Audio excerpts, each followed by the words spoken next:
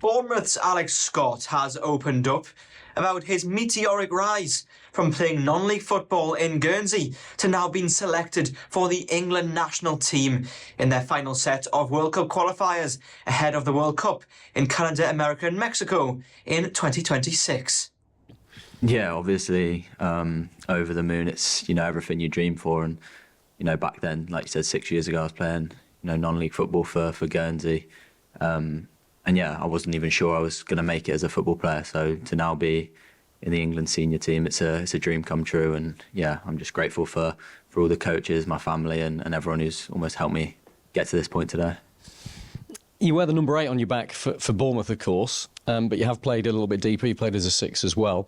It's a big discussion we're having around the England setup right now. Who's a 6, who's an 8? Which do you prefer? Which do you think you're best suited to? To be honest, I probably prefer playing as a number 8. I feel like you can do a bit more of everything, but to be honest, wherever I'm put, I'm more than happy to play. Like you said, I've played 6 before in the Euros. I was a little bit deeper, and Elliot was further forward. I've played as a number 10, so it's good to have maybe all 3 of them positions where you feel comfortable and you feel you can play. But for me, I'd say my preferred position is a number 8. Yeah, Alex. Hi, Alex.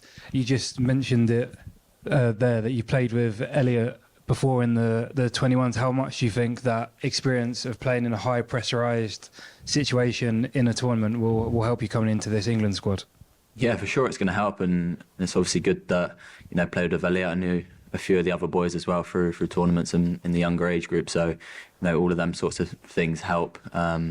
I think, yeah, obviously it was high pressure going into that tournament, especially with what the previous group done, and they went and won it. So yeah, there was a lot of pressure on us to do so. And yeah, of course we delivered. But yeah, it's been good. I've been in the England setup now since I was 18, so it's familiar for me. Coming away with the team, so it's been easy to almost settle in. It's always a good time to break into the England squad, but now is probably one of the best. The last squad of the year, and then just one camp before Thomas Tuchel will name the squad for the World Cup. Have you allowed yourself to dream of maybe making that squad and being there next summer?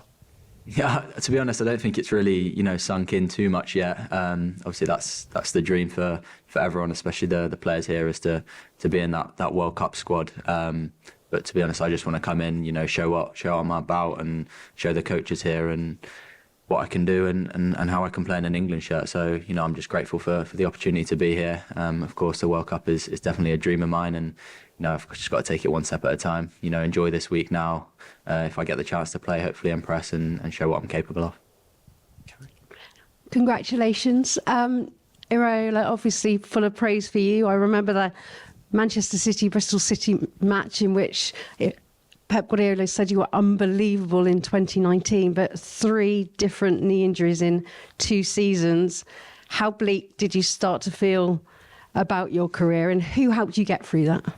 Yeah, it was definitely difficult. Obviously I had a great time at Bristol City where, suffered no injuries whatsoever. I played, most of the games there, and then you finally get your dream move to the Premier League, and as soon as you go in, you're out for 2-3 months. So, that was tough to take. And then, almost since then, it's been injury on injury. I had obviously the bad knee injury last year, and things are starting to look on the up. And then I go and break my jaw the last 2 games of the season. So it's been tough. The injuries have been tough. I've had great people around me. Obviously, my family being number one, and all the staff at Bournemouth, my friends as well. Just getting around me and making sure I'm okay at all times and pushing me, to be honest. But yeah, the club were brilliant. Anyone there I could speak to if I was feeling down or not feeling great at all. So yeah, they definitely helped there. But at times it was definitely tough. And I'm glad I've come out the other end and finally getting a run of games with no injuries. That's the most important thing. I'm just happy to be playing football again.